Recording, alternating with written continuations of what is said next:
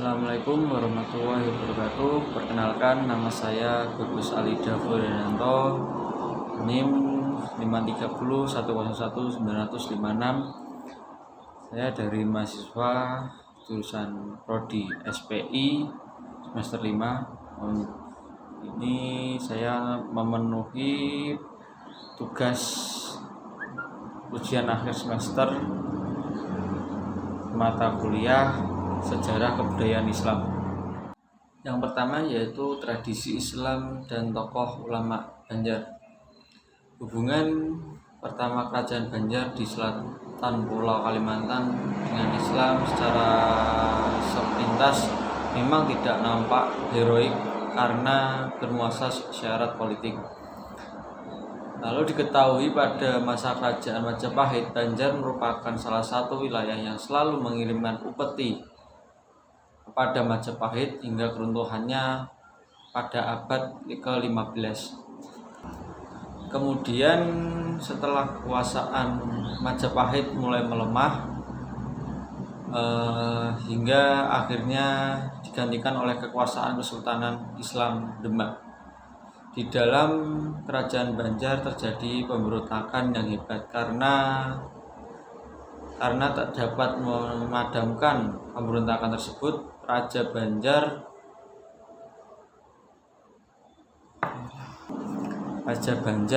Pangeran Raga Samudra pun meminta bantuan pada Sultan Demak untuk memulihkan situasi. Sebagai balasannya, Raja Banjar bersedia masuk Islam, dan beliau dari masuk Islamnya raja yang kemudian diberi gelar Sultan Suryansyah ini, akhirnya mayoritas rakyat Banjar juga memeluk agama Islam. Corak pemerintahan yang sebelumnya itu berbentuk kerajaan pun sekarang diganti menjadi kesultanan dengan menjadikan Kesultanan Demak sebagai patronnya. Keislaman yang semakin melekat di Kesultanan Banjar ini terus berlanjut meskipun terjadi perubahan kekuasaan yang ada di Patron Jawa. Sepeninggalan Demak, Kerajaan Demak, hubungan antara Banjar dengan Jawa memang tidak lagi harmonis. Bahkan Kesultanan Banjar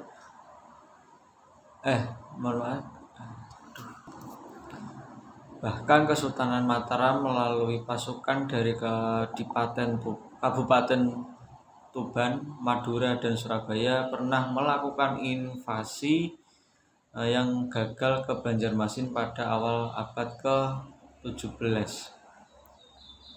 Meskipun gagal dan menimbulkan tanda tanya karena kedua pihak yang berperang merupakan negara Islam, hal tersebut masih menegaskan adanya tradisi Islam yang berkembang di Kesultanan Banjar.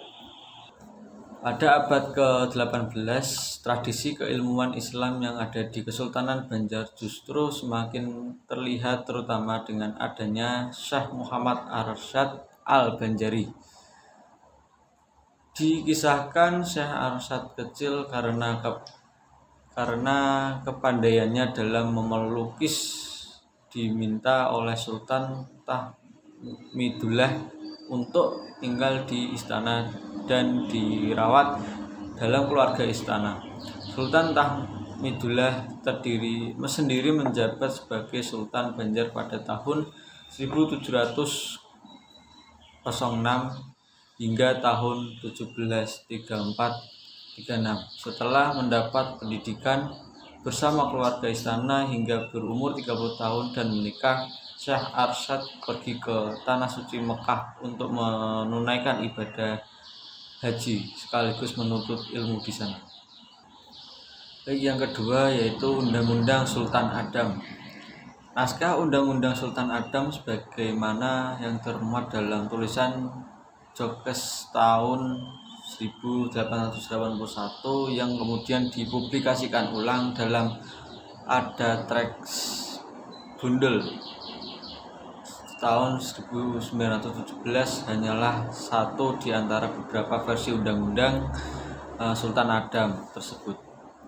Naskah yang mirip juga telah dipublikasikan oleh sejarawan Banjar Amir Hasan Bondan pada tahun 1882 sampai 1967 dalam bukunya Sulup Sejarah Kalimantan, yang kemudian dipublikasikan lebih jauh dalam majalah Orientasi. Dalam buku sejarah Banjar yang diterbitkan oleh pemerintahan Provinsi Kalimantan Selatan juga disajikan secara lengkap naskah Undang-Undang Sultan Adam dari pasal 1 sampai dengan 31. Dengan catatan disebut pasal ini merupakan pasal terakhir dari versi Martapura, sedangkan versi Amurtai bersambung beberapa pasal lagi sampai pasal 38, 46. Naskah yang digunakan menggunakan ejaan lama dalam bahasa Melayu Banjar. Berdasarkan uraian tersebut yang di atas, tampak kepada kita bahwa sebelum Perang Dunia Kedua sudah tidak ditemukan lagi naskah asli dari Undang-Undang Sultan Adam, yang diperkirakan sudah terjadi beberapa penambahan dan perubahan dan ketentuan juga tersebut sebagaimana tampak pada berbagai versi yang dikemukakan di atas. Walaupun demikian, penelitian untuk mencari naskah asli masih harus dilakukan lagi baik di Indonesia maupun di negeri Belanda. Misalnya di bawah ini merupakan kerangka sistematika Undang-Undang Sultan Adam adalah sebagai berikut, yaitu yang pertama, masalah-masalah agama dan peribadatan mencakup pasal 1, yaitu masalah kepercayaan. 2. Mendirikan tempat ibadah dan sembahyang berjamaah, dan pasal 20 kewajiban melihat awal bulan Ramadan atau puasa. Yang kedua, hukum tata pemerintahan mencakup pasal 3, yaitu kewajiban tetuha kampung, dan pasal 31 kewajiban lurah dan menteri-menteri. Yang ketiga, hukum perkawinan pasal 4 syarat nikah, pasal 5 syarat nikah, pasal 6 perceraian, pasal 18 yaitu Schending van Tevel and Bed, pasal 25 mendakwa istri berzina, dan pasal 30 yaitu melahirkan karena zina. Yang keempat, hukum acara atau peradilan. Dan kelima, hukum tanah. Yang terakhir yaitu yang keenam, peraturan perihal pasal 16 sebagai perbandingan. Yang selanjutnya yaitu yang ketiga, bagian ketiga, yaitu runtuhnya Kesultanan Banjar dan dampak bagi masyarakat. Kerajaan Banjar mengalami kemajuan sebagai dampak dari diaktifkannya wilayah kerajaan ini sebagai pelabuhan bebas. Tetapi sebaiknya kehadiran unsur asing di daerah itu juga dapat mengakibatkan perpecahan di kalangan istana. Kehadiran pihak pemerintah kolonial Belanda yang ikut campur dalam urusan adat kerajaan adalah bukti bahwa unsur asing yang hadir dalam kerajaan Banjar nantinya akan memunculkan perpecahan di kalangan istana. Ketertiban unsur asing dalam urusan istana juga merupakan salah satu penyebab utama meletusnya perang antara kerajaan Banjar dengan pemerintahan kolonial Belanda tersebut.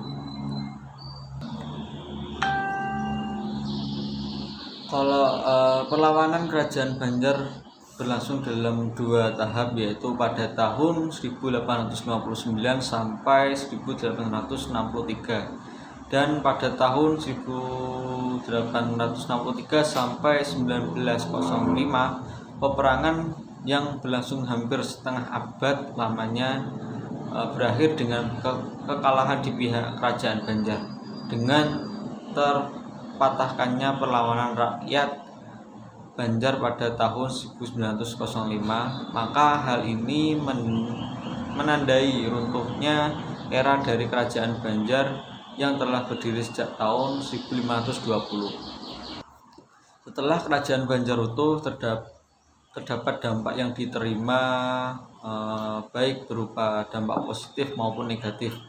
Dampak positif dari runtuhnya Kerajaan Banjar salah satunya yaitu banyak negara yang mengakui Indonesia dan banyak negara yang bersedia membantu Indonesia melawan penjajah. Sementara dampak negatifnya yaitu kerajaan yang harus dibubarkan Belanda berhasil menguasai seluruh wilayah Kalimantan Selatan. Dikuasainya berbagai sumber daya di Kalimantan, tidak hanya penerus yang ideal, sistem birokrasi lama dihapuskan, dan yang paling buruk lagi yaitu masyarakat rakyat yang meninggal. Selanjutnya terakhir bagian keempat yaitu Islam Banjar masa kini. Islam hingga saat ini masih melekat di kalangan masyarakat Banjar hingga saat ini. Keberagaman masyarakat Banjar dari hari ke hari terus berkembang dan berubah. Kondisi inklusif merupakan hal yang menggembirakan, akan tetapi perubahan dari perkembangan keberagaman bukan seluruhnya sesuai dengan apa yang dikehendaki oleh ajaran Islam, baik aspek normatif, filosofis, dan sosiologis maupun psikologis agama. Beberapa hal perlu menjadi perhatian saat ini adalah yang pertama yaitu terkait penguatan keberagaman, yang kedua terkait pendidikan, penguatan politik dengan pembenahan keyakinan ideologi agama, dan juga peluasan wawasan keislaman. Mungkin itu, dan kesimpulan yang dapat saya ambil, ulama Banjar adalah ulama yang berasal dari tanah Banjar maupun berketurunan suku Banjar asli. Banyak sekali ulama dari tanah Banjar yang tersebar ke pelosok Nusantara maupun pelosok negeri. Tidak sedikit pula ulama-ulama keturunan suku Banjar yang bergelar tuan guru besar atau syekh, bahkan menjadi pengajar di Masjid Haram, Tanah Suci Mekah. Beberapa ulama tersebut antara lain yaitu Muhammad Arsyad Al-Banjari, Muhammad Zaini bin Abdul Ghani bin Al-Banjari, Syekh Muhammad Nafis Al-Banjari, dan juga Syekh Abdul Hamid Abulum Al-Banjari. Setelah kerajaan Banjar runtuh, terdapat dampaknya yang diterima baik berupa dampak positif dan negatif. Dampak positif yaitu yang tadi, banyak yang ingin membantu dan ingin mengakui Indonesia, dan dampak negatifnya itu banyak negara yang ingin mendukung Belanda dan Belanda berhasil menguasai seluruh wilayah Kalimantan Selatan. Mungkin itu yang dapat saya sampaikan. Apabila ada kesalahan atau penyampaian materi yang kurang jelas, saya mohon maaf. Akhir kalam, wallahumma fiqh wa min thariq. Wassalamualaikum warahmatullahi wabarakatuh.